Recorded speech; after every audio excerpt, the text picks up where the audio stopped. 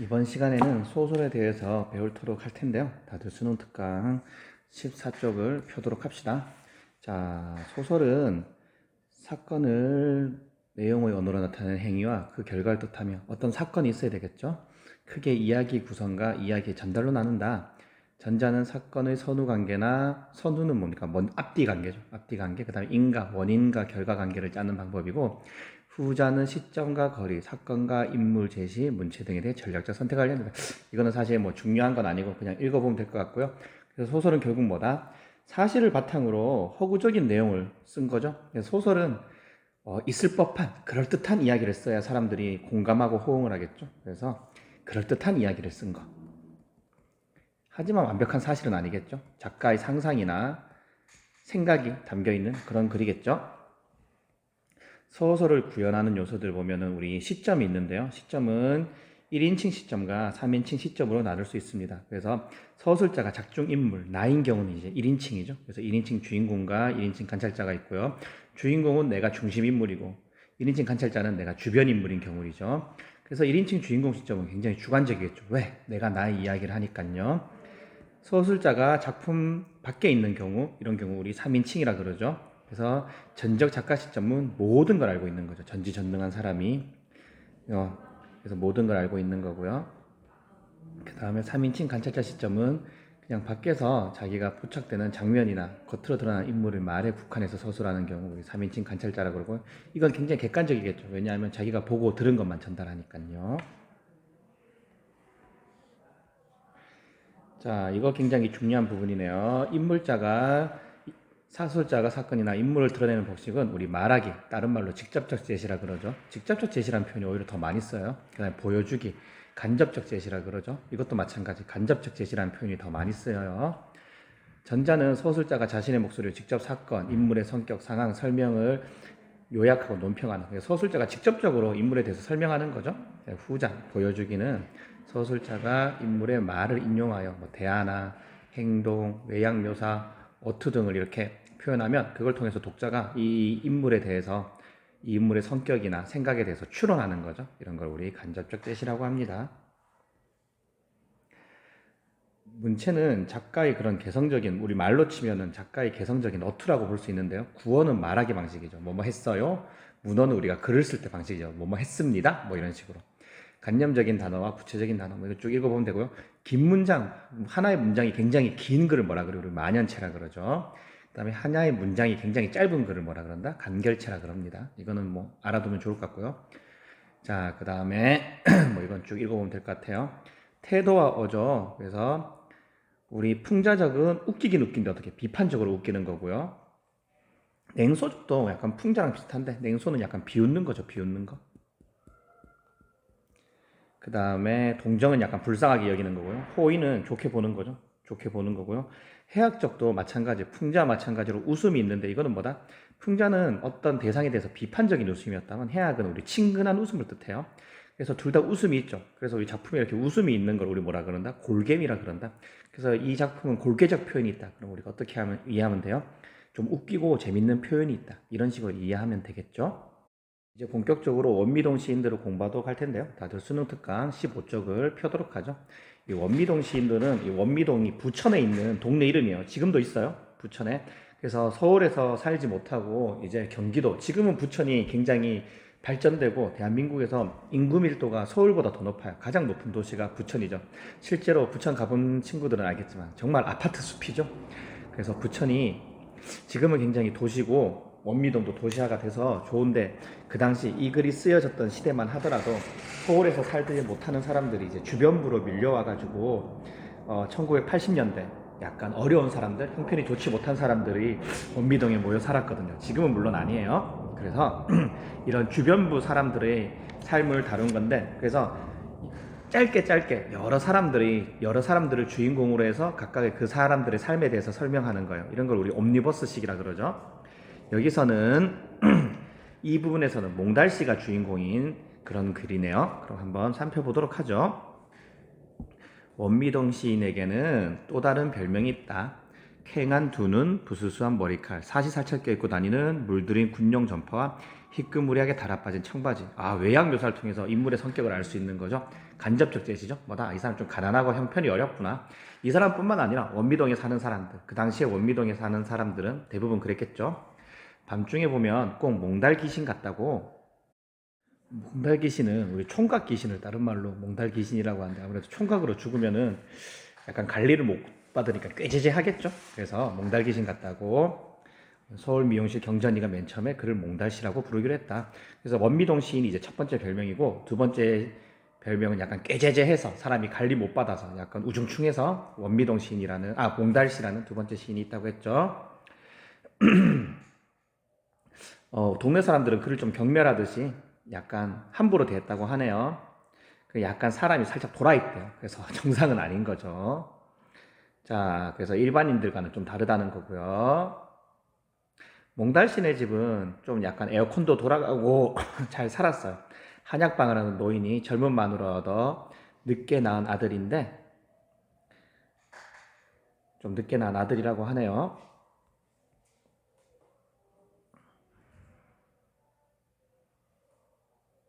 그 다음에 강남 부동산 고은댁 아줌마가 욕을 했었는데, 이들이 아들이 아버지와 함께 사는 게 왜 바보짓인 건지 알 수 없다. 왜냐하면은 이 아버지가, 몽달씨의 아버지가 젊은 마누라를 얻어서, 그래서 원래 부인 버리고 젊은 부인을 얻어가지고 여기서 살게 된 거죠. 그래서 욕을 하는데, 하자는 왜 욕을 하는 건지 알 수 없다는 거죠. 왜? 아빠랑 아들이랑 사는 게 당연한 건데 왜 욕을 하지? 이런 거죠.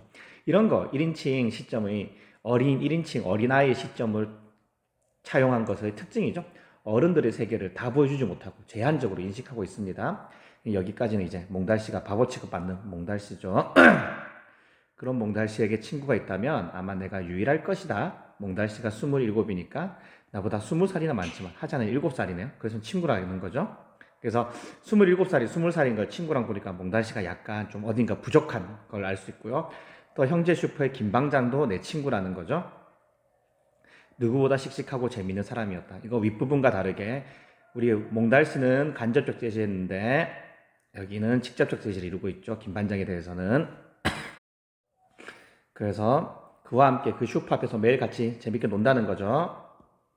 근데 갑자기 퉁명스러워졌대. 약간 불친절해졌다는 거죠. 왜냐하면은 있지만 모른 척 하는 수밖에. 약간 하자가 나이 또래 7살 또래에 비해서는 굉장히 조숙하다. 그러니까 성숙했다는 걸 알 수 있는 거죠. 셋째 딸, 원래 선옥이 언니를 좋아해서 몽달씨가 나한테 잘해줬는데 이제 선옥이 언니가 서울로 가버렸어요. 이모네 옷가게 도와준다고. 그 후로는 몽달씨가 이제 선옥이 언니를 볼 일이 없으니까 나를 약간 좀 옛날만큼 친절하게 대하진 않는다는 거죠. 몽달씨가 약간 이기적이라고 해야 되나? 약간 상황에 따라서 행동한다는 걸 알 수 있네요. 그래서 뭐 옛날만큼 잘해주지 않는다 이런 거 했고요. 여기까지가 이제 나의 친구 김반장에 대한 소개죠. 중략 부분 보면 몽달씨와 형제 슈퍼 김반장과 친구처럼 지내고 몽달씨를 인꾼처럼 부르는 거죠. 몽달씨가 약간 모자라다 보니까 김반장이 돈도 안 주고 몽달씨를 좀 약간 노동력을 착취하는 그런 좀 나쁜 인물, 나쁜 행동을 하죠. 몽달씨들이 약간 불량배들에게 오해를 사서 쫓겨 형제 슈퍼를 찾지만 김반장은 불량배들이 자기도 때리고 막 가게도 엎을까봐 몽달씨를 매몰차게 쫓아내죠. 몽달씨가 그동안 자기 많이 도와주고 했는데 몽달씨가 불량배들한테 얻어맞고 있는데도 모른 척하다가 지물포, 동네에 있는 지물포가 벽지죠. 벽지 파는 아저씨한테 도움을 받아서 이제 겨우 하를 면하게 되고요. 다시 좀 알아 누웠다가 김반장의 일을 돕게 되는 거죠. 몽달씨 입장에서는 김반장이 그래도 유일한 친구니까, 자기랑 놀아주는 유일한 사랑이니까 이렇게 자기를 매몰차게 대하고 좀 나쁜 걸 알면서도 어쩔 수 없이 다시 김반장의 일을 도와서 무료로 이렇게 노동력을 착취당하는 거죠. 자기랑 대할 사람이 김반장밖에 없으니까 뭐 어쩔 수 없이 울며 겨자 먹기 식으로 가는 거죠. 이제 나가 김반장에게 말합니다. 그날 밤 난 여기서 앉아서 다 봤어요. 무얼? 김반장이 아저씨 쫓아내는 거. 불량배들한테 두들겨 맞고 있는데 도와주지는 못하면 자기를 쫓아냈다는 거죠. 순간 몽달씨가 전색하고 내 얼굴을 쳐다봤다. 그 풀려있던 눈동자가 아니고 반짝이는 눈이었다. 김반장이 완전히 이렇게 좀 많이 모자란 사람은 아니에요. 상황에 대한 파악을 하는 거죠. 그래서 내가 그 불량배들한테 뚜들겨 맞을 때 김반장이 도와주지 않은 이야기 하려니까 갑자기 그때가 생각났는지 좀 눈을 반짝이면서 그 얘기는 더 이상 하고 싶지 않다 이런 생각을, 이런 김반장의 사고를 외양 묘사를 통해서 표현하고 있는 거죠. 그러나 잠깐이었다. 다시는 내 얼굴을 보지 않을 작정이었는지 갠슬의 팔뚝에 엉겨붙은 상처 딱지를 떼어쓰려고 애쓰는 척했다. 김반장은 더 이상 그 얘기 하고 싶지 않아서 화제를 돌리고 싶어 하죠. 김반장은 나쁜 사람이야. 김반장에 대한 남의 평가가 나오네요. 몽달씨는 아니야 라고 응수했는데 나는 계속 다그쳤다. 그렇죠, 맞죠? 걔도 몽달씨는 못 들은 척 발톱만 문지르고 있었다. 슬픈 시가 있어 돌아볼래? 몽달씨의 상황을 이제 비유적으로 표현한 시입니다. 비유적으로 표현. 몽달씨는 평소에 자주 시를 읊어요. 그래서 첫 번째 별명이 원미동 시인이었죠. 마른 가지로 몸과 마음 바람을 들이는 저 은사시나무, 박해받는 순교자 같다. 박해라는 건 약간 억압당하고 고통받는 사람이죠. 순교자는 자기 그런 종교를 위해, 자기가 믿는 종교를 위해 목숨을 바치는, 옛날에 조선시대 때 우리 카톨릭이 박해받았잖아요. 그래서 카톨릭을 계속 믿으면서 이렇게 목숨을 잃은 사람, 이런 사람들 우리 순교자라 그러죠. 박해는 억압받고 탄압받는 사람이죠. 저 은사시 나무는 박해받고 싶어하는 순교자 같다. 너 글씨 알지? 이거 다 외웠으니까. 은사시 나무는 약간 몽달씨의 처지 같다는 거죠. 몽달씨는 약간 똑똑하지도 않고, 그 다음에 아빠가 두 번째 부인에서 낳은 자식이라는 거죠. 그래서 자기는 약간 정상적으로 똑바른 삶을 살 수 없고, 이렇게 억울하고 나쁜 일이 있어도 참아야 되는, 억압받고 탄압받아도 그냥 참아야 되는 그런 사람 같다는 거죠. 몽달씨가 구깃구깃한 종이 쪽지를 내게 내밀었다. 아주 슬픈 시라고 말하면서, 시는 전혀 슬픈 것 같지 않았는데 약간 1인칭, 이것도 마찬가지죠. 1인칭 하자죠. 1인칭 하자. 그래서 1인칭을 약간 1인칭 하자가 약간 미성숙한 시선이죠. 미성숙한 시선이죠. 몽달씨의 사항을 제대로 알았다면 굉장히 슬픈 시가 되겠죠. 난 자꾸 눈물이 나려 했다. 바보같이 다 알고 있었으면서 몽달씨가 김반장을 싫어하지 않고 계속 가게 와서 일 도와주는 게 좀 화가 나면서도 분하다는 거죠. 자, 나에게 시를 들려주는 몽달씨네요.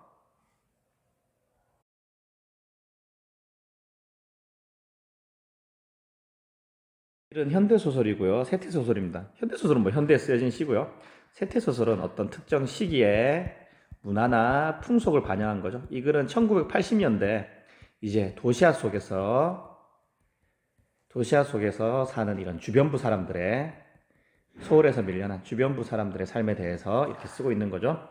사실적이고 현실 비판적, 굉장히 달면 삼키고 쓰면 뱉는 그런 이기적인 행태, 김반장에 대해서 비판적인 거죠. 자, 이거 쭉 읽어보면 될 것 같고요. 자, 이 부분은 여러분들 좀 읽어보면 될 것 같고요. 연민은 뭐 불쌍하게 생각한다는 거죠. 간결한 문체라는 건 하나의 문장이 여러분도 읽어볼지 않았으면 굉장히 길지 않고 짧죠. 하나의 문장이 한두 줄밖에 안 되죠. 자, 작품 구조도 여러분들 각자 한번 읽어보도록 하고요. 자, 이거 어린아이 1인칭 관찰자 시점을 통해서 서술자가 어리다 보니까 신뢰를 완벽하게 할 수 없죠. 그래서 어른들 세계를 관찰합니다. 그래서 제한적으로 인식하는 거죠. 아까도 말했듯이 시가 왜 슬픈지 모르고, 그 다음에 고흥댁 아줌마가 왜 이 사람을 욕하는지 모른다는 거죠. 하지만 또 나름대로 7살 아이치고는 굉장히 똑똑하죠. 그래서 김반장에 대해서 비판적으로 인식하고요. 김반장이 왜 자기에게 요즘 퉁명스럽게 대하는지도 알고 있는 거죠. 그래서 오히려 어린이의 순수한 눈으로 보니까 어른 세계의 부조리함이나 모순이 더 잘 폭로되는 거죠. 그래서 어른들의 그런 이기적인 모습을 더 잘 폭로하게 됩니다. 그래서 뭐 이거 쭉 읽어보면 될 것 같고, 굉장히 내가 박해받는 은사시나무랑 몽달씨랑 처지가 비슷하다. 그래서 몽달씨도 좀 똑똑하지 못하고, 그 다음에 두 번째 부인에서 차연한 아들이다 보니까 박해, 억압이나 탄압받는 걸 좀 당연시 여기고 그냥 참고 견딘다는 거죠. 자, 이번 시간에는 소설의 구성 내용에 대해서 할 텐데요. 다들 수능 특강 18쪽을 펴도록 합시다. 자, 인물의 성격. 인물의 성격은 흔히 캐릭터라고 하는데요. 개성이 있는 거죠. 그래서 독특한 성격이 있는 거죠. 그리고 전형적인 인물, 개성이 없는 전형적인 인물도 있는 거죠. 개성적 인물의 반대말은 우리 전형적 인물이 되겠죠. 이 부분은 그냥 읽어보면 될 것 같고요. 인물과 말들과 행동에는 그 사람의 가치관이 담겨 있다는 거죠. 그래서 직접 인용은 큰 따옴표 치고 뭐 철수가 큰 따옴표 치고 철수가 뭐뭐라고 말했다. 간접인용 큰 따옴표 시 뭐뭐다고 말했다. 뭐뭐 한다고 했다. 뭐 이런 식으로. 철수가 공부한다고 했다. 철수가 공부한다라고 말했다. 뭐 이런 식으로 되는 거죠.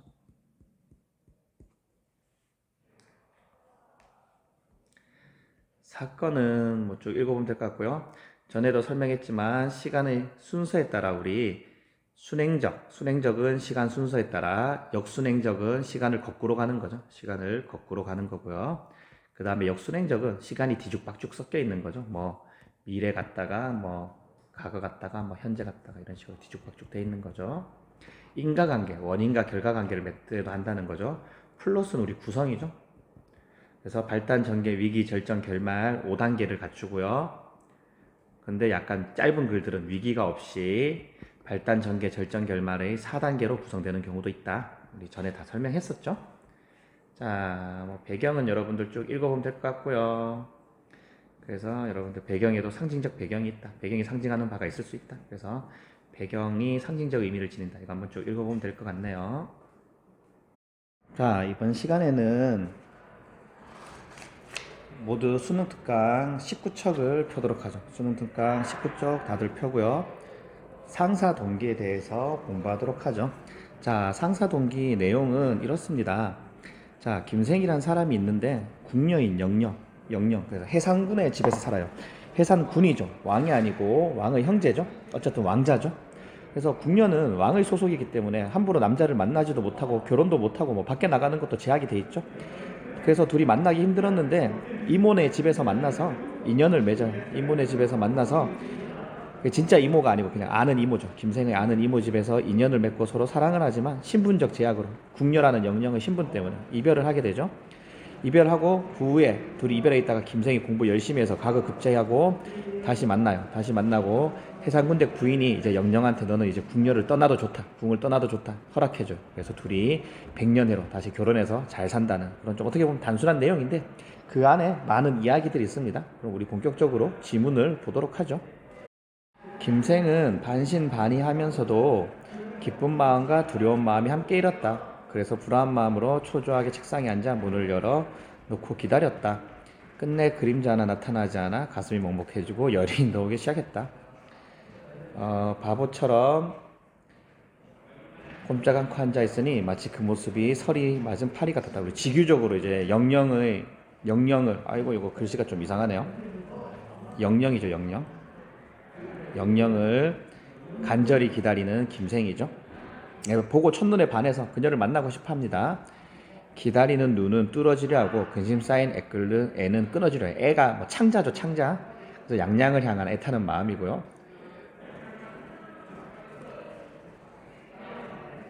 지성이면 감천이라고 했습니다. 내가 노력을 하면 이제 하늘도 도와준다 이런 뜻이죠. 조금만 더 기다리십시오. 그래서 영령을 이 부분까지 이제 영령을 기다리며 만나기로 약속해서 그녀가 나타나길 기다리는 김생이죠. 자, 이제 결국 영령이 왔어요. 그러니까 김생이랑 이 노파네 집에서 만나는 거죠. 노파가 아까 내용 설명할 때 그 이모 역할하는 거죠. 그래서 영령이 들어서는데 대문 앞 아래 밤빛 털을 가진 말이 길게 울고 뜰가에 서늘한 그늘 아래 하인들이 쭉 늘어서 있는 것이 보였다. 영령한 이상한 생각이 들어 머뭇거리고 감히 집 안으로 발을 들여놓지 못했다. 집안 분위기가 평소와 굉장히 다르죠. 뭔가 신비하죠. 그래서 들어오는 것을 주저했죠. 이에 노파가 영령을 꾸짖어 말했다. 의심하지 말고 빨리 들어오너라. 너는 이 도련님 모르느냐? 이분은 내 죽은 남편의 친척이니라. 누추한 우리 집에 오셨다가 장차 손님을 전송하기 위해 머물고 있느니라. 자, 여기서부터 여기까지 쭉 밑줄 긋고요.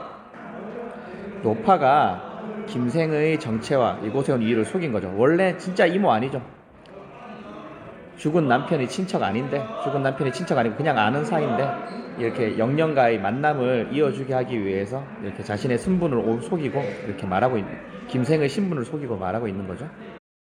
나는 네가 끝내 오지 않을까 걱정돼. 내 부모님 제사는 이미 지냈단다. 아, 부모님 제사를 지낸다고 하고 영령을 집에 오라 그랬는데 사실은 거짓말이고 이렇게 김생과의 만남을 주선하기 위해서 오라고 한 거였죠. 밑줄은 여기까지 꺼야 되겠네요, 여러분들. 밑줄은 여기까지 쭉 꺼야 되겠네요.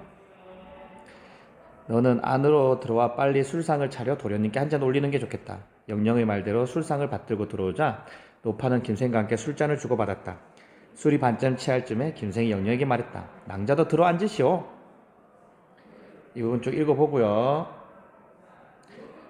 세상의 정리, 정의죠. 세상의 이치죠, 이치. 그래서 술잔 서로 주고받아라. 적극적으로 이 노파가 도와주죠. 자, 앞부분 줄거리 부분은 둘이 이제 인연을 맺고 사랑하지만 영령이 궁녀라는 처지 때문에, 왕에 종속된 처지 때문에 결국 둘이 결혼하지 못하고 헤어지게 되고, 김생이 이제 장원 급제해서 집으로 돌아오게 된 거죠. 3일 동안의 육아는 뭐냐면 이제 장원 급제한 사람이 동네 돌아다니면서 친척들이나 부모님한테 인사로 돌아다니는, 우리 금이한양이라 그러죠. 금이한양. 황금옷 입고 고향으로 돌아온다. 뭐 이런 거죠. 그래서 높은 벼슬 떼서 오늘날 치면 카퍼레이드 같은 거죠. 김생은 머리에 개수나무 꽃을 꽂고, 왕관 같은 거, 왕관은 아닌데 머리에 이렇게 왕관 비슷하게 해서 꽃다란 걸 쓴 거죠. 손에는 상아, 코끼리 뿔로 된 호를 잡았다. 앞에서 두 개의 일산이 인도하고, 일산이 햇빛 가리는 양산 같은 거죠. 그래서 옛날에 왕 행차할 때 햇빛 받을까봐 이런 식으로, 그림이 좀 이상한데요. 이런 큰 우산 같은 걸 이렇게 들고 갔거든요. 그래서 이런 걸 받치고 간다는 거죠. 뒤에는 동자들이, 어린 아이들이 옹야하였으며 좌우에는 비단 옷을 입은 강대들이 제주를 부리고 악공들이 온갖 소리 함께 연주하니 구경꾼들이 마치 김선의 신선인 양, 신인 양 바라봤다는 거죠. 야, 장원 급제한 김생의 웅장한 행차. 그렇죠. 1년에 장원 급제자가 과거 시험 합격하는 사람이 많아봐야 20명 정도밖에 안 됐다 그래요. 과거 시험 붙으면 대단한 거죠. 거기에 급제, 장원 급제했으니까, 장원이면 1등 한 거니까요. 정말 대단하겠죠. 김생은 얼큰하게 취한지라 의기, 약간 기운이 호탕해졌다는 게, 약간 기운이 호탕하다는 거는 약간 남자다워졌다, 굉장히 용감해졌다, 남자다워졌다, 이런 뜻이죠. 채찍을 잡고 말 위에 걸터 앉은 수많은 집들을 한번 둘러보았다. 갑자기 길가의 한 집에 눈에 띄었는데 높고 긴 단장이 100걸음 정도 빙들로, 집이 엄청 큰 거죠. 담장이 100걸음 정도 있으니까. 해산군의 집이죠. 여기에 영령이 있겠죠. 쭉 읽어보고, 해산군 집을 드나니까 옛날에 영령과 사랑했던 기억이 당연히 나겠죠. 그래서 말에서 떨어져서 땅에 누워 있었다는 거죠. 해상군 댁을 발견하고 취한 척하는 김생이네요. 해상군은 이미 3년이나 죽었죠. 그래서 이제 더 궁인들은 이제 막 상복을 벗은 타입이다. 옛날은 주인이 죽으면 3년 동안 초상을 치렀죠. 그래서 상복을 이제 막 하얀 옷을, 사람 죽을 때 있는 하얀 옷을 이제 벗은 거죠. 해상군이 죽었으니까 더 이상 소속될 게 없죠. 그래서 영령이 이제 약간 해상군 집에서 나와서 김생과 함께 살아도 된다는 어느 정도의 그런 힌트? 이런 걸 주는 거네요. 그동안 부인은 마음 붙일 곳 없어 적적하게 살아온 터라 강대들의 재주가 보고 싶었다. 그래서 시녀들에게 명하여 김생을 부축해서 서쪽 가옥으로 모시고 비닷잔 자리에 죽부인을 베개 삼아 누이게 했다. 김생이 누워 있으니까 김생과 함께 이렇게 왔던 사람들, 함께 공연하던 사람들 있죠? 공연하는 사람들의 공연을 보고 싶어가지고 김생 무리를 자기 집으로 오게 한 거죠. 그래서 여기까지가 해상군 댁을 발견하고 취한 척하는 김생이죠. 김생은 진짜 취한 게 아니라 일부러 취한 척한 거죠. 왜? 해상군 댁 집에 들어가서 영령이 잘 있나 보고 싶었던 거죠. 이윽고 강대 악공들이 뜰 가운데 나열하 일제의 풍악, 음악을 이렇게 연주했다는 거죠. 온갖 노래를 다 펼쳐보았다. 궁녀들은 고운 얼굴에 분을 바르고, 쭉 읽어보고요. 영령은 안 보였다는 거죠. 김생이 이상하게 생각했죠. 그런데 자세히 살펴보니 한 낭자가 나오다가 김생을 보고는 다시 들어가서 눈물을 훔치고 안팎을 들락거리며 어쩔 줄 모르겠어요. 눈물 흘린 거 보니까 이제 김생을 그리워한 영령이 말 수 있죠. 이는 바로 영령이 김생을 보고서 흐르는 눈물을 참지 못하고 차마 남이 알아챌까 두려워한 것이었다. 김생 만났으나, 영령이 이제 김생을 만났으나 반가워할 수 없는 거죠. 왜냐하면 영령은 아직도 해상군 댁, 해상군은 죽었지만 해상군 댁의 소속이죠. 이러한 영령을 바라보고 김생의 마음은 처량하기 끝이 없었다는 거죠. 처량하다는 거는 뭔가 좀 안타깝다, 불쌍하다 이런 뜻이죠. 이곳이 어디입니까? 알고 있으면서도 내가 어떻게 해서 이곳에 왔습니까? 이런 식으로 이렇게 알고 있으면서 일부러 영영보로 해상군 댁에 왔으면서 이렇게 시침이 떼는 거죠. 그래서 이 부분 쭉 읽어보도록 하고요. 김생이 일어나려고 하자 부인이 차를 마시라고 해서 가져왔죠. 그때 이제 영영을 만나게 된 거죠. 영영은 차를 다 올리고 일어나 품속에서 편지 한 통을 떨어뜨렸다. 편지를 얼른 주워서 소매에 숨기고 두 사람이 다시 만날 거라는 거를 어느 정도 암시하는 거죠.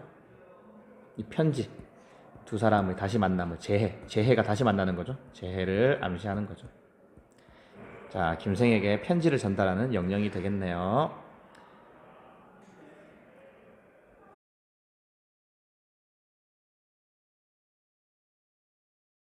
이 소설은 우리 고전 소설이죠. 보통 우리 개하기 이후에 이제 현대 소설이라 그러고요. 개하기 이전을 우리 고전 소설이라 그러죠. 그다음에 한문 소설, 염정 소설은 남녀 간의 사랑을 다룬 소설이란 뜻입니다.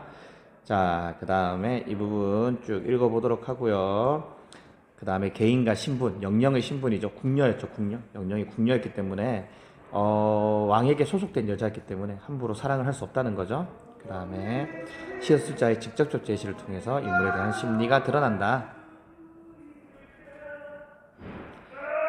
작품 구조는 각자 읽어보도록 하고요.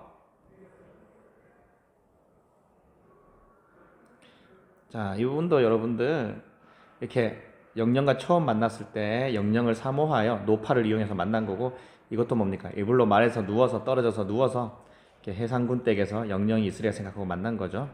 술은 노파가 이렇게 시킨 거죠. 영령에게 대접을 시킨 거고, 차는 해상군 댁 부인이 김생에게 영령에게 대접하라고 시킨 거죠. 그래서 다시 만남을 수 있도록 해주는 매개체가 되는 거죠.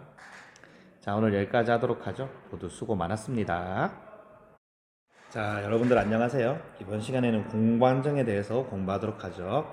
다들 수능 특강 119쪽을 펴도록 하죠. 글은 좀 옛날 글이어서 어려운데 여러분들 내용을 알고 보면 문제 자체는 어렵지 않으니까요. 여러분들 다 같이 천천히 보도록 하고 포기하지 말고 일단 끝까지 보고 모르는 거 있으면 수업 시간에 쌤한테 물어보면 되니까요.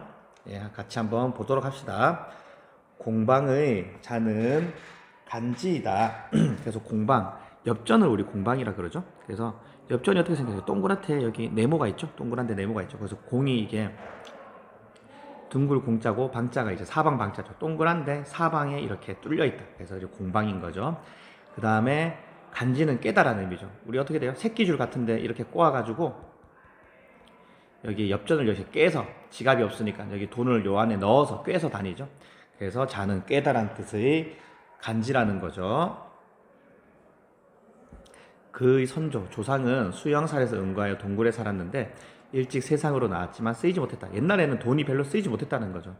비로소 황제 때 조금씩 쓰였으나 성질이 강경하여 세상에 매우 단련되지 못했다. 강경하다는 건 뭐 양보가 없다는 거죠. 고집이 굉장히 세다는 거죠. 황제가 간상 보는 사람을 불러. 여기서 간상 본다는 건 뭐 얼굴 보고 미래를 예측하는 사람이 아니라 대장장이, 돈을 만드는 사람이죠. 그를 살피게 하니 간상 보는 사람이 자세히 보고 천천히 말하기를, 산들에서 이루어졌기 때문에 구리죠. 이때는 구리 상태인 거죠. 구리 상태, 철인 상태인 거죠. 구리나 세인 상태인 거죠. 아직 엽전이 되기 전인 거죠. 거칠어서 사용할 수 없지만 만약 임금이 쇠를 녹이는 용광로에서 갈고 닦으면 그 자질은 점점 드러나게 될 것입니다. 라고 말하고 있는 거죠. 이 부분은 1-1번 푸는데 관련 있는 부분이에요. 임금이란 사람을 사용할 수 있는 그릇이 되도록 만드는 자리이니 임금께서 완고한 구리와 함께 버리지 마십시오 라고 했다. 이로부터 세상에 나타나게 되었다. 돈이 유통된 거죠. 이제 돈이 쓰이기 시작합니다. 그전에는 물물 교환했죠.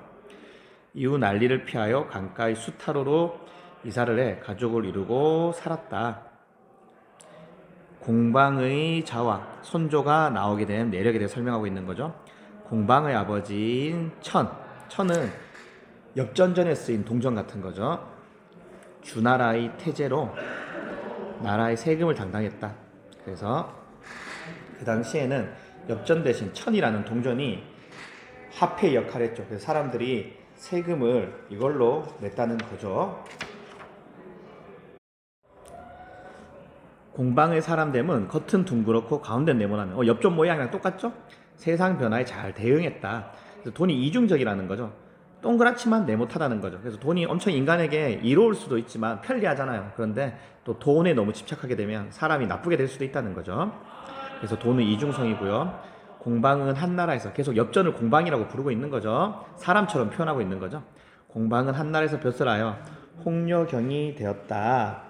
그래서 외국 사람들이 이제 유럽이나 뭐 일본이나 이렇게 오면은 사람들이 물건을 주면은 이제 엽전으로 돈으로 이렇게 대신 줬다는 거죠. 당시야 오나라 임금 비가 교만하여 분수 넣침이 지나쳐 권력을 마음대로 행사했는데 공방이 비를 도와 이익을 쳤다. 옛날에 이제 뇌물을 임금이 비에 갖다 바쳤다는 거죠. 이거 4-1과 관련된 거고요. 호제도 임금이에요. 호제 때 나라가 텅 비고 창고가 텅 비고 되었는데 호조가 이를 걱정하여 공방을 부민으로 백성을 부유하게 하는 직책으로 임명했다는 거죠. 염철승, 소금, 새, 무리. 그러니까 소금과 새, 무리 등과 함께 인간이 사는데 꼭 필요한 거죠. 일당이라 그러죠. 무리들과 함께 조정에 있었는데 그래서 사람이 살기 위해서는 돈과 소금과 철이 다 필요한 거죠. 그래서 굉장히 인간 삶에 중요한 무리들과 함께 조정에서 임금에서 조정에서 관리하면서 특별 대우를 받았다는 거죠. 그래서 이 무리들이 항상 공방을 가형이라고 부르고 이름을 부르지 않았다. 가형이 지부형이라는 거죠. 그래서 형처럼 대했다는 거죠. 이 부분은 1-2번 관련이 있는 거고요.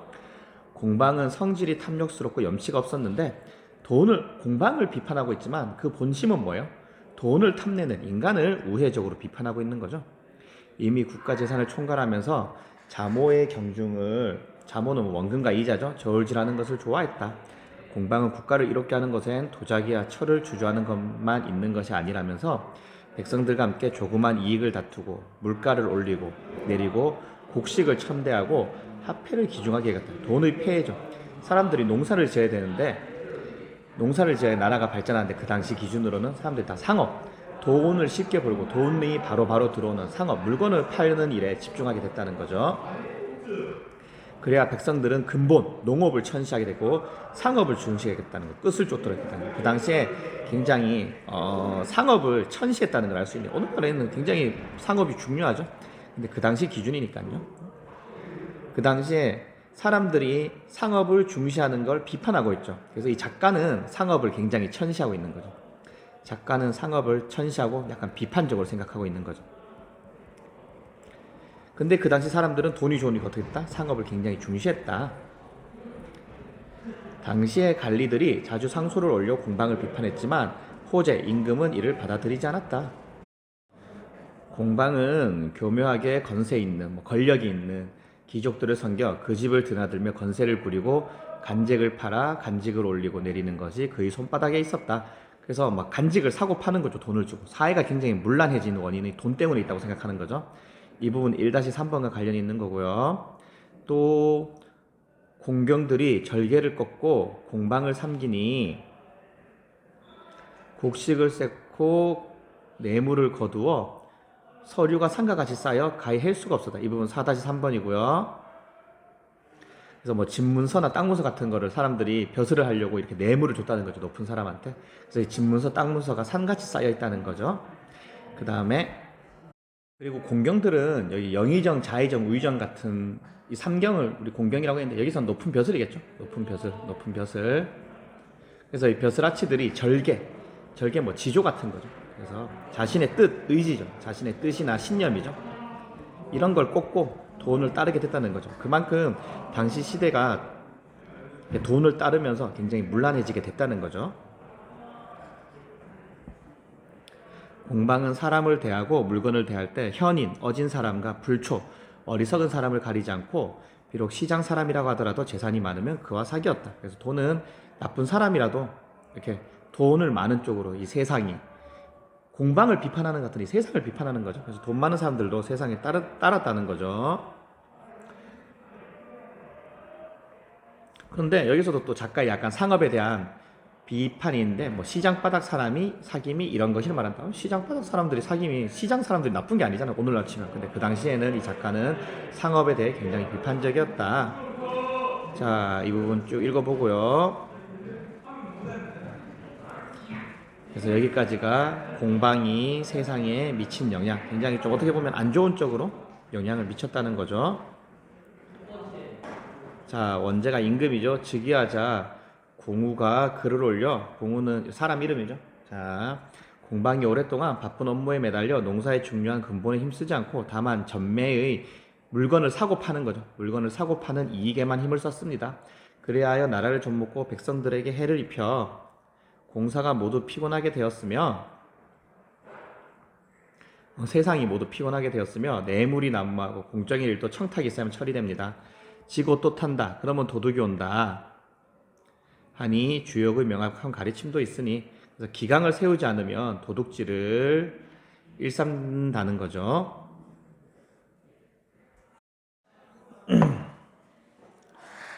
바라건대 공방의 간직을 파면하고 잘라라는 거죠. 비루하다는 거죠. 뭐 자존심이 없고 굉장히 비굴한 거죠. 징계하십시오라고 했다. 그때 마침 권력을 잡은 사람 중 공량의 학으로 관료가 된 사람이 있었는데 공량은 여기서 곡식이죠. 그래서 약간 의인한 거죠. 곡식을 학으로 배웠다는 거죠. 곡식을 중시한다는 거죠. 농사를 중시한다는 거죠. 약간 의인한 거죠. 그래서 농사 중시한 사람이 관료가 된 사람이 있었는데 변방에 대한 대비책을 세우는데 군비가 부족했기에 공방을 미워하여 공우의 편을 들었다. 사람들이 농사를 지어서 쌀을 해야 이제 군인들 쌀을 주는데 사람들이 농사 안 짓고 장사만 하니까 쌀이 모자랐다는 거죠. 그래서 변방이 이렇게 접경지역, 우리나라 치면 뭐 절원, 철원, 하천, 뭐 파주 이런 데죠. 그래서 북한과 마주보고 있는 이런 거죠. 그래서 뭐 공우의 편을 들었다는 거고 1-4번 관련이 있는 거고요. 원제가 공우의 요청을 받아들여서 공방을 간직해서 쫓아냈다는 거죠. 자, 이제 공방이 쫓겨났어요. 그런데 등용, 벼슬이 되고 쫓겨나는 것은 나에겐 이익도 손해도 없다. 다행스럽게도 남은 목숨 끊어지지 않고 실어라기처럼 살았으니 앞으로 입이 묶여 말을 하지 못해도 세상에 몸을 붙이고 살아갈 것이다.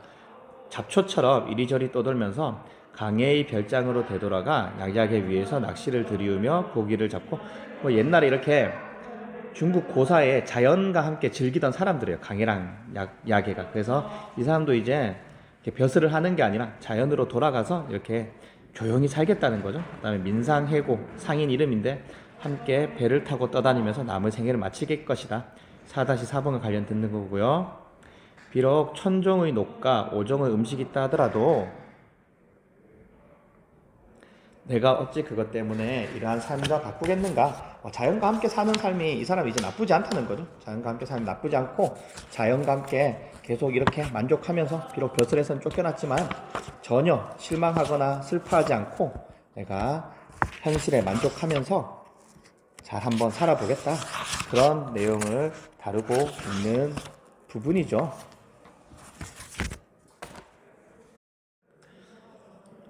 여기서 천종의 녹시란 뭐 임금이 주는 벼슬이 되겠죠. 높은 벼슬, 임금이 주는 뭐 벼슬 이런 거 되겠죠.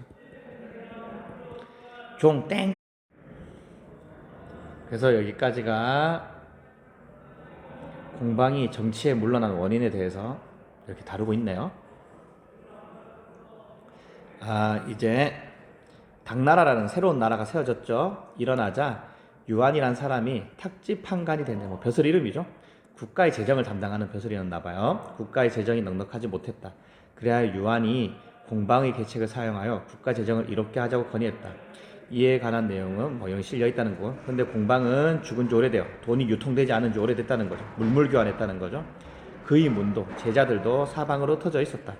그리하여 공방의 문도들, 공방의 제자들을 수소문하여 다른 돈들이겠죠. 다른 돈들을 수소문하여 일으켜 기용했다. 그 결과 공방의 개척이 개원, 촌보의 연간에 크게 실시되었고 공방에겐 조의대부 소부승이라는 벼슬이 추정되었다.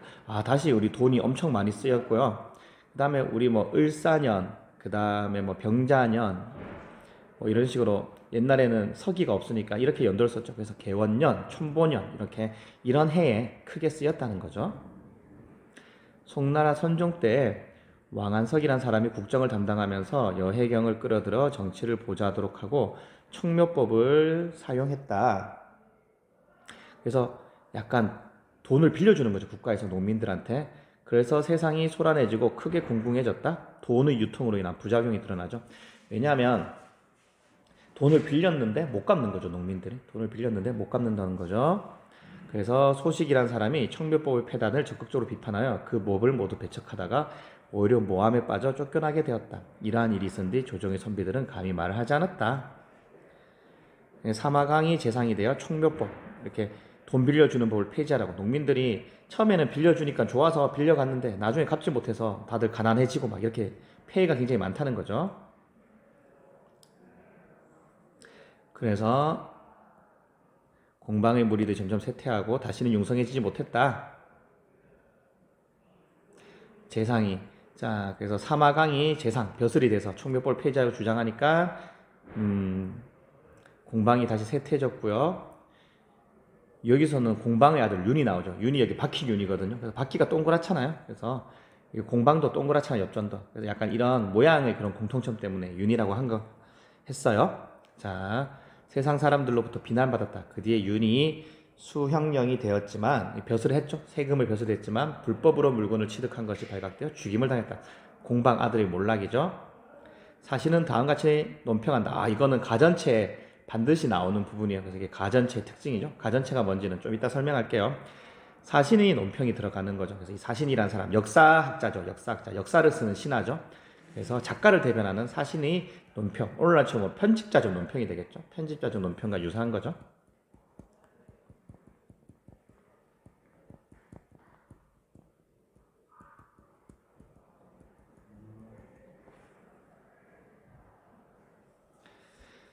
다른 사람의 신하가 된 사람은, 여러분들 이 부분은 쭉 한번 각자 읽어보면 될 것 같네요. 그래서 이 부분은 공방에 대한 사신의 평가가 되겠네요. 자, 이 글은 가전체죠. 가전체가 뭔지는 유인물 지금 아래쪽에 나오니까요. 좀 이따 살펴보도록 하고요. 그 다음에 풍자적, 우의적, 교훈적. 그래서 풍자는 뭡니까? 이렇게 비웃는 거죠. 뭐에 대해서 비웃는다? 여기서 얼핏 봤을 때는 우리 공방의 무리에 대해서 비웃는 것 같지만 궁극적으로는 돈을 쫓는 인간이죠. 돈을 쫓는 인간이죠. 쫓는 인간이고요. 우의적은 뭡니까? 어떤 동물이나 사물을 빗대어 표현하는 거죠. 사물에 빗대어 표현하는 거죠. 여기서는 공방이라는 사물에 빗대어서 작가의 생각을 표현하고 있는 거죠.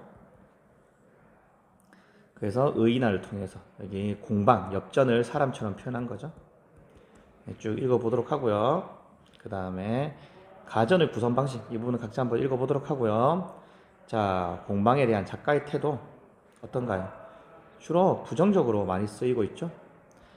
약간 긍정적 태도는 그래도 나라 살림을 위해서 필요한데 주로 뭡니까? 이 필요해서 어쩔 수 없이 운영하지만 이런 부작용들이 많이 나타난다고. 돈에 대해서 굉장히 비판적이죠. 작가는 돈에 대해서 굉장히 비판적입니다. 자, 가전체는 뭐다? 자, 동물이나 사물을 의인화하여 일대기, 일생을 다루는 거죠. 일생을 다루는 형식으로 이렇게 기록하는 거죠.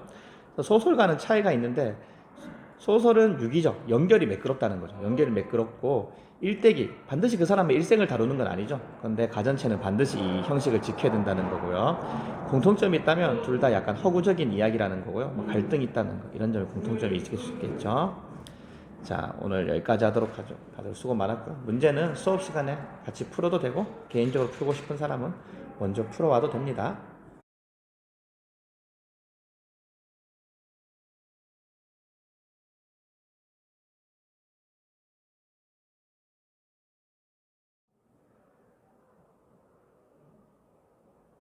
자, 여러분들 이번 시간에는 우리 숙형전을 공부하도록 할 텐데요. 다들 수능 특강 122쪽을 펴도록 합시다. 자, 그러면 우리 숙향전 내용부터 간단하게 설명할게요. 김전이란 사람에게 딸이 있었는데 이름이 숙향이에요. 그래서 나라에 반란이 일어나서 피난길, 도망을 가게 되는데 여기서 김전, 부모님과 헤어지게 됩니다. 숙향은. 그래서 장승상이라는, 승상이 사람 이름이 아니고 벼슬 이름이죠. 그래서 장승상이라는 높은 벼슬을 가진 양반집에 수양딸로 키우게 되죠. 수양딸은 양자, 양녀, 양자같이 이렇게 자기가 낳은 사람이 아니라 데리고 온 사람을 말하는 거죠. 그런데 이렇게 자기 종인, 이 집 종인 시양이 질투해서 모함을 해가지고 버려지게 되고 이하정이라는 곳에서 술 파는 할미 밑에서 자라게 됩니다. 우연히 이렇게 이선이란 남자를 만나서 숙향은 서로 사랑하게 되는데요. 이선의 부모님이 반대하게 되죠. 왜? 신분 차이 때문에. 술 파는 할미의 딸이고 이선은 양반집 자제였기 때문이죠. 하지만 부모님 반대를 극복하고 행복한 가정을 이루니 둘 다 하늘에서 내려온 사람이었거든요. 그래서 원래 고향인 이제 하늘나라로 올라간다는 그런 내용입니다. 자, 그럼 우리 122쪽 지문을 보도록 하죠. 자, 이 부분은 어떤 내용 부분이냐면은 이제 서로 선계에서 만났던 숙향을 이제 찾고 있는 부분이죠. 그래서 숙향을 이생이 찾고 있는 그런 부분입니다. 할미가 말하기를 마침 공자를 만나러 오는 길이었으나 숙향이란 이름을 가진 사람이 3명 있으니 공자께서 마음대로 선택하소서 했다. 이생이 반가워 묻기를 어디 사는 누구이며 나이는 각각 몇 살 되니까. 그래서 숙향을 이제 찾으려고 하는 거죠. 할미가 대답했다. 하나는 간이태고 높은 벼슬일 진담의 딸로 18살이요. 하나는 병부상서, 이것도 높은 벼슬이죠. 왕건의 딸로 14살이며 하나는 빌어먹는 아이로 16살인데 자기 아버지가 누구지도 모른다. 대조를 이루고 있죠. 그래서 요 2명은 높은 벼슬의 딸, 요 사람은 빌어먹을 아이의 딸이어서 이렇게 서로 반대되는 대조리. 제가 공자를 위해 3곳의 기별 찾아가서 물어봤다는 거죠.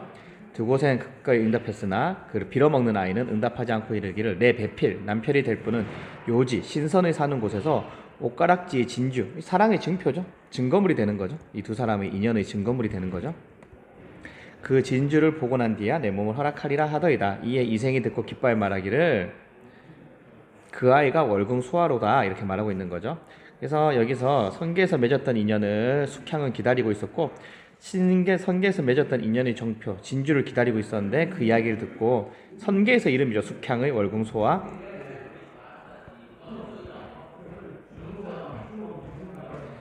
요지에 신선에 사는 곳에 갔을 때 내게 복숭아를 주던 손녀의 진주를 얻어왔나이다 하고 방 안으로 들어가 재배할 만한 진주를 2손을 두고 나와 할미에게 공손히 드리면서 말했다. 할미는 저를 위해 이것을 그에 가져다주고 날짜를 답아 기별해 주소서, 안부를 물어달라는 말을 해달라는 거죠. 내가 여기 있다고 혼사 결혼했을 것을 제가 나 마련하리다. 할미가 응답하고 돌아와 숙향에게 진주를 보여주니 숙향이 눈물을 흘리며 말했다. 이게 본래 내 진주가 분명하오니 이제 할머니 마음대로 하소서. 결혼을 하겠다는 거죠. 다음날 할미가 이생에 가서 말하니 어제 주신 진주가 그의 할 것이 분명하다 하니 그 아이를 데려다 집에 두었나이다. 그러나 얼굴이 너무 추하고 몹쓸병이 들어 공자의 배필로 삼기로는 불가능한 듯 하옵니다. 거짓말하는 거죠. 왜냐하면 이생이 진짜 이 여자랑 결혼할 마음이 있나 의지를 확인하는 거죠. 의지와 진정성을 확인하는 거죠. 공자께서는 지금 연분이 중하다 하셔 혼인을 추진하고 계시지만 그 아이를 보시면 눈앞에 두시지도 못할 것이옵니다. 쭉 읽어보고요. 할머니께서는 그 말씀을 그토록 심하게 하시나이까. 숙향낭자가 병든 것도 모두 저 때문이 된 것인데 어찌 숙향낭자를 박대하리까. 의지를 이렇게 확인시켜줘요. 계속 그 여자를 사랑하겠다. 또 그 아이가 말하기를 혼례 예를 갖추지 않으면 결혼할 수 없다 하더이다. 이생의 진정성을 또다시 확인하는 거죠. 너 부모님이 반대하는데 결혼할 수 있겠냐 이러는 거죠. 그러니까 이생이 어찌 예를 갖추지 않겠습니까? 그러면 공자의 부모님께 말씀드리고 혼례를 행하려 하십니까? 하길 부모님께서 너무 걱정하실까봐 지금은 아뢰지 못하오나 고목께 말씀드려서 예를 올려서 화려하게 이제 결혼을 하겠다, 이렇게 말하는 부분이죠. 자, 다음 122쪽 윗부분은 각자 한번 쭉 읽어보도록 하고요. 여기는 쭉 한번 각자 읽어보도록 하고요. 쭉 내려와서 여러분들 한편 이생 고모는 자복이야 여홍의 부인이라 어린 나이에 일찍 가부가 되었으며 자식이 없는 탓에 이생을 친아들처럼 세령했다. 이생이 고모 댁에 가서 여부인이 말하기를 밤에 이상한 꿈을 꾸어서 너를 불러 물어보고자 했는데 마침 잘 왔도다 하거늘 이생이 묻기를 무슨 꿈이었나니 부인이 말하기를 꿈에서 용을 타고 강한전에 올라가니 한 선녀가 이르기를 내가 사랑하는 소아를 그대에게 주나니, 소아 작은 아이죠.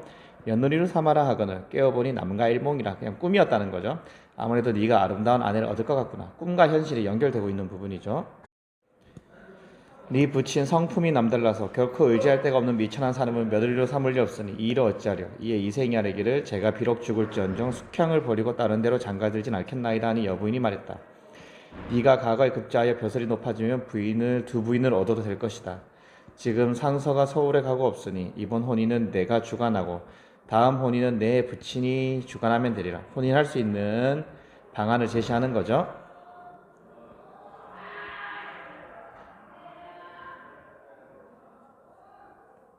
그래서 뭐 보름에 결혼하기로 하는 거죠. 그래서 숙향이 늙은 할미 집에 있다니 살림살 변변치 못하리라고 예물을 잔뜩 준비해서 숙향을 배려해서 이렇게 예물을 많이 해서 고모가 보낸 거죠. 숙향이 두루 혼사를 많이 구경했지만 그 집처럼 살림살이가 거룩한 집은 처음 보았다. 이렇게 선계에서 신선세계에서 왔으니까 이렇게 돈이 많겠죠. 약간 비현실적인 초현실적인 부분이죠. 어느덧 보름날이 되었다. 이성이 고모님께 하직하고 올리고 새 신랑의 차림새를 갖추어 할미 집에 가니 구름 같은 차일이 하늘 높이 솟아 있고 안개 같은 병풍이 굳건히 둘러 있었다. 차일은 구름을 막는 천막 같은 거죠. 병풍은 다 알죠. 제사 같은 거 지낼 때 여기 뒤에 뭐 그림 같은 거 그려져 있고 이렇게 세워져 있는 거 있죠. 이런 거 병풍이라 그러죠. 사방에는 장막과 깔개 등이 화려하게 빛났으며 색색의 기름으로 수놓은 휘장과 기구 등 온갖 것이 휘장은 장막 같은 건데 뭐 기죠. 기념기 같은 거 이렇게.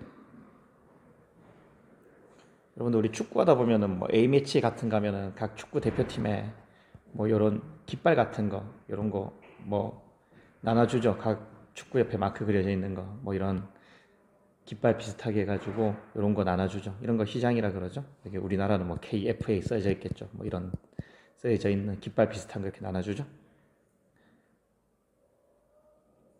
그 다음에 인간 세상에 보지 못한 것들이 굉장히 비현실적인 거죠.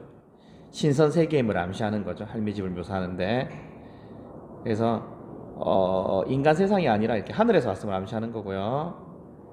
좌우에 서 있는 손님들 모두 요주연에서 본 선강과 선녀 같았다. 손님들도 모두 하늘에서 온 사람들인 거죠. 이생이 허리를 굽혀 맞절하자 낭자를 바라보니 과연 요지에서 반도를 주던 손녀가 분명했다. 요지가 신선세계죠. 반도는 3000년에 한 번씩 열리는 뭐 신선들이 먹는 복숭아 같은 거죠. 자, 그러면 우리 유인물로 넘어가도록 할게요. 이 소설은 우리 염전소설은 남녀의 사랑을 다룬다는 그런 거죠. 그 다음에 적강소설은 뭐 아래로 내려온다는 거죠. 위에서 아래로 내려오는 걸 말하는데 여기서는 하늘나라에서 인간 세계로 내려온 거죠. 그 다음에 이선이 뭐 영웅적인 활약을 하니까요. 이렇게 영웅 소설이기도 하고요. 굉장히 뭐 초현실적이고 비현실적이죠. 이런 걸 뭐라 그래요? 약간 전기적이라 그러죠. 전기적. 여기 바로 옆에 나와 있죠. 전기적이 약간 말도 안 되는 비현실적 요소를 우리 전기적이라 그러죠. 자, 그 다음에 이 부분 쭉 읽어보도록 하고요. 오타가 좀 많이 있네요. 청산계가 아니고 천상계죠. 자, 그 다음에 쭉 넘어가서요. 자, 이 부분 자, 쭉 한번 읽어보도록 하고요. 그래서 봉건이 약간 뭐라 해야 되지? 오래된 것, 막 전통적인 것, 뭐 이런 거죠. 구식, 약간 이런 의미로 여기서 쓰이고 있죠. 자, 그 다음에 이 부분도 여러분들 각자 이생의 진정성을 시험했고 이생은 숙향이랑 결혼하겠다는 의지를 보여주고 있는 부분이고요.